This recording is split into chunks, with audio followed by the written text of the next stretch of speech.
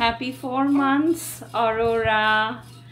আমাদের আবার আজকে একটু লেট হয়ে গেছে, এবার টাইমে কেক এনেছি, কাটতে লেট হয়ে গেছে। Happy birthday baby. চলো কেকটা কাটো, মমির হাতটা ধরো। কেকটা কাটো এবার। কেকটা প্রত্যেকবার কেক কাটার সময় রেগে গেলে হবে? কেকটা কেটে নাও। কেকটা হ্যাপি বার্থডে টু ইউ। নিজে হাত ধরেছে আমার।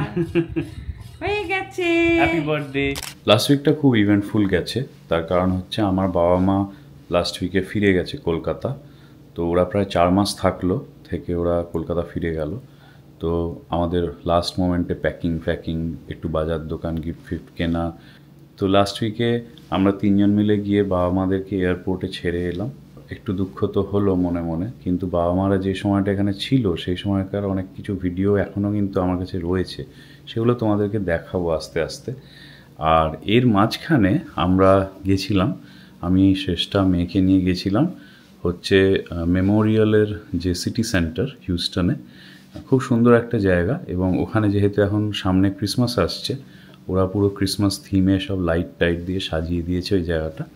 আমরা প্রত্যেক বছর নিয়ম করে হিউস্টনে যেখানে যেখানে হচ্ছে এই হলিডে সিজনে সাজায়, আমরা সব কটা জায়গা গিয়ে দেখি।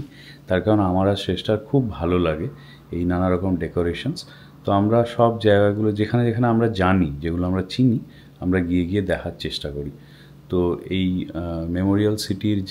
মেমোরিয়ালের যে সিটি সেন্টার, সেখানেও আমরা গেছিলাম, গিয়ে কিছুক্ষণ ওখানে ছবি টবি তুলে আমরা এসছি।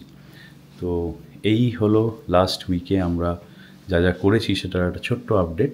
তোমরা কমেন্টে জানিও এই ভিডিওটা কেমন লাগলো।